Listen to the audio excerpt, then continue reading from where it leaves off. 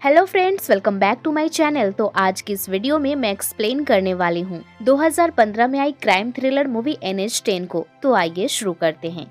Movie की शुरुआत में हम मीरा और अर्जुन को देखते हैं, जिनकी नई नई शादी हुई है। वो एक दोस्त की पार्टी में जाते हैं। वहाँ और भी लोग थे। सब पार्टी एंजॉय कर रहे थे, लेकिन मीरा सबसे छुपकर स्मोक करने लगती है। मीरा को ऑफिस से किसी अर्जेंट काम से फोन आ जाता है। इस बात से अर्जुन थोड़ा डिसअपॉइंटेड होता है, क्योंकि ऐसा पहली बार नहीं हो रहा था। मीरा को काम की वजह से अक्सर कभी भी जाना पड़ता था। अर्जुन का दोस्त कहता है कि वह अर्जुन को घर ड्रॉप कर देगा, इसलिए मीरा अकेले ही चली जाती है। रात का समय था, सब सुनसान था, रोड पर कोई नहीं था। तभी बाइक सवार दो आदमी मीरा की गाड़ी का पीछा करने लगते हैं और रास्ते में उसकी गाड़ी के आगे बाइक लगा देते हैं और गाड़ी के आसपास घूमने लगते हैं। पीछे से भी कुछ गाड़ियां जाकर रास्ता ब्लॉक कर देती है। वह सब एक साथ थे और यह सब उनका प्लान था। वो लोग गाड़ी का कांच फोड़कर मीरा को पकड़ने की कोशिश करते हैं, पर मीरा उनसे बचते हुए हिम्मत दिखाकर वहां से भाग जाती है। इस हादसे से वो काफी डर गई थी। अगले दिन मीरा और अर्जुन इस हादसे की रिपोर्ट लिखवाने के लिए पुलिस स्टेशन जाते हैं, लेकिन पुलिस कहती है कि आप लोग अपनी सेफ्टी के लिए एक बंदूक रख लीजिए। वो खुद कोई स्ट्रॉन्ग एक्शन लेने से बचते हैं। मीरा सेफ्टी के लिए अपने बैग में एक बंदूक रखना शुरू कर देती है। मीरा समझ गई थी कि उस वक्त वह हिम्मत न दिखाती और वहां से जान बचाकर न भागती तो उसके साथ कुछ गलत हो सकता था। मीरा का जन्मदिन आता है, पर वह उदास थी। अर्जुन प्लान बनाता है कि वह रोड ट्रिप करते हुए बाहर जाएंगे।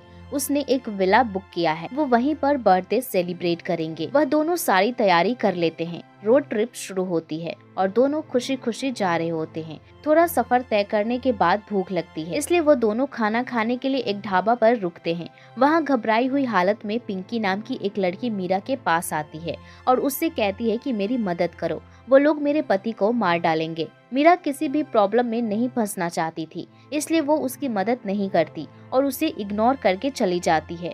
तभी वहाँ पर कुछ आदमी लोग आते हैं और पिंकी और उसके पति मुकेश को जबरदस्ती उठाकर ले जाने लगते हैं। वहाँ पर मौजूद सब लोग देख रहे थे, पर कोई भी उनकी मदद के लिए आगे नहीं आता। अर्जुन हिम्मत दिखाते हुए उन्हें रोकने की कोशिश करता है। गैंग का लीडर सतबीर था। वो अर्जुन को थप्पड़ मारता है और कहता है कि मेरी बहन है, तुम बीच में मत आओ। अर्जुन को इस बात पर बहुत शर्मिंदा महसूस होता है कि सबके सामने उसने उसे थप्पड़ मारा। वो दोनों फिर से सफर शुरू करते हैं, पर जो थोड़ी देर पहले हुआ उससे अर्जुन का मूड खराब हो गया था। मीरा उसे समझाने की कोशिश करती है, पर अर्जुन कुछ भी सुनने को तैयार न था। तभी उसे उन्हीं गुंडों की गाड़ी दिखाई पड़ती है। अर्जुन गुस्से में था। वह सोचता है कि वह उन सबको सबक सिखाएगा और उसके साथ जो हुआ उसका बदला लेगा।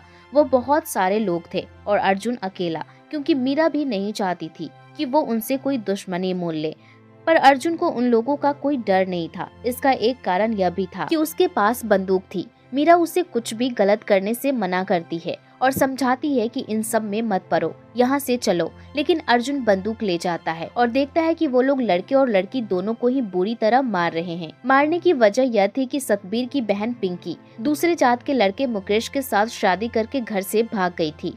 ये बात सतबीर को गवारा न थी। ये शादी उनकी इज्जत के खिलाफ थी, इसलिए वो अपनी बहन का सबसे बड़ा दुश्मन बन गया था। सतबीर पिंकी को मारने के लिए जहर पिला देता है और मुकेश को भी रॉड से मार डालता है। मीरा के पास एक लड़का आता है जो कि दिमागी रूप से बच्चे की उम्र का था। वो उसी गैंग के एक आदमी का भाई था। मीरा बाहर निकलकर अर्जुन को ढूंढने लगती है। उसे अर्जुन की चिंता हो रही थी, क्योंकि उसे गए काफी देर हो गई थी। अर्जुन को समझ आ गया था कि यह सब बहुत खतरनाक लोग हैं। वो मीरा को ढूंढकर वहां से जाने लगता है कि तभी वो लोग उन पर हमला करके उन्हें पकड़ लेते हैं। अर्जुन पहले यह जताने की कोशिश करता है कि उसकी पुलिस में ऊपर तक पहचान है, फिर मामला खत्म करने की बात करता है, पर वो लोग मानने वाले नहीं थे, क्योंकि अर्जुन ने सब देख लिया था और उसे छोड़ना उनके लिए खतरे से खाली नहीं था। पिंकी अभी भी जिंदा थी, तो सतबीर उन लोगों के सामने उसे गोली मार देता है। सतबीर ने मीरा का फोन और उसकी बंदूक छीन ली थी। मुकेश को मारते वक्त बंदूक नीचे गिर जाती है। दिमाग से कमजोर लड़का उसे उठा लेता है। वो लोग प्लान बनाते हैं कि इन दोनों को भी मारकर यहीं गाड़ देते हैं। अर्जुन और मीरा को यह भी बात समझ आ गई थी कि वो लोग उन्हें जिंदा नहीं छोड़ने वाले हैं। वो लड़का मीरा के पास आता है तो मीरा प्यार से बात करते हुए उससे बंदूक मांगती है, पर उसके बदले वो लड़का गाड़ी की चाबी मांगता है। अर्जुन उसे गाड़ी की चाबी दे देता है तो वह बंदूक दे देता है। बंदूक हाथ में आते ही अर्जुन उन सब पर गन तान देता है और गोली चल जाती है और वो लड़का मारा जाता है। वो दोनों तुरंत भाग जाते हैं और सब उन्हें पकड़ने में लग जाते हैं। रात हो जाती है पर वह पीछा करना नहीं छोड़ते। उनके पास बंदूक थी जिसकी वजह से वह ज्यादा पास नहीं आ रहे थे। रोड में मीरा गाड़ी रुकवाने की कोशिश करती है पर कोई भी गाड़ी नहीं रोक रहा होता। अब वो गुंडे उनका गाड़ी से पीछा करने लग जाते हैं तो एक ऐसा मोड़ आता है जहाँ से वो लोग अलग हो जाते हैं पर भागते रहते हैं। अर्जुन के पास अब बस एक ही गोली बची थी। दोनों फिर से मिल जाते हैं पर एक आदमी उन पर धूल झोंककर उन्हें पकड़ लेता है। वो आदमी अर्जुन के पैर में चाकू मार देता है। मीरा उस आदमी को गोली मार देती है। मीरा अर्जुन के पैर से चाकू निकाल के उसे सहारा देते हुए एक जगह रुक जाते हैं। अर्जुन की हालत बुरी तरह बिगड़ने लगी थी तो मीरा उसे अपनी हुडी पहनाते हुए कहती है कि तुम यहीं रहना, मैं मदद लेके आती हूँ। अर्जुन चल नहीं सकता था इसलिए मीरा ना चाहते हुए भी उसे वहाँ छोड़कर इस उम्मीद में आ जाती है कि शायद कोई गांव वाला या पुलिस से मदद मिल जाए। रास्ते में उसे गाड़ी दिखाई पड़ती है तो वह मदद मांगने के लिए रुकवा देती है पर उसमें बैठे सभी लोग मर्द थे। उसके साथ जो हो रहा था उसके बाद वह किसी पर भी आसानी से भरोसा नहीं कर पा रही थी। वह उन लोगों से मदद नहीं लेती। मीरा को पुलिस चौकी दिखती है तो उसे थोड़ी उम्मीद मिलती है। वहाँ मौजूद पुलिस वाले से मदद मांगती है। पुलिस वाला अपने सीनियर को फोन लगाता है। जो हादसा हुआ उस बारे में मीरा सीनियर ऑफिसर को सब बता रही होती है, जिसे सुनते ही पुलिस वाला तुरंत फोन काट देता है और कहता है कि यहाँ से जाओ, मैं तुम्हारी कोई मदद नहीं कर सकता। मीरा वहाँ से चली जाती है। रास्ते में उसे वही सीनियर ऑफिसर मिल जाते हैं जिससे फोन पर बात हुई थी तो मीरा खुश होती है कि कोई तो मिला ऐसा जो उसकी मदद कर सके। वो उन्हें अर्जुन के पास ले जा रही थी लेकिन बातचीत करने पर उन्हें एहसास होता है कि वो उसे उन लोगों के पास ले जा रहा है। वो लोग गाड़ी से आ चुके थे, अब बचने का कोई रास्ता नहीं था। पर तभी मीरा के हाथ एक पेन लगता है जिसे वो उस पुलिस वाले की आंख में घुसा देती है और उसे बाहर फेंकते हुए गाड़ी लेकर निकल लेती है। मीरा गाड़ी भगाए जा रही थी और वो लोग उसका पीछा कर रहे थे।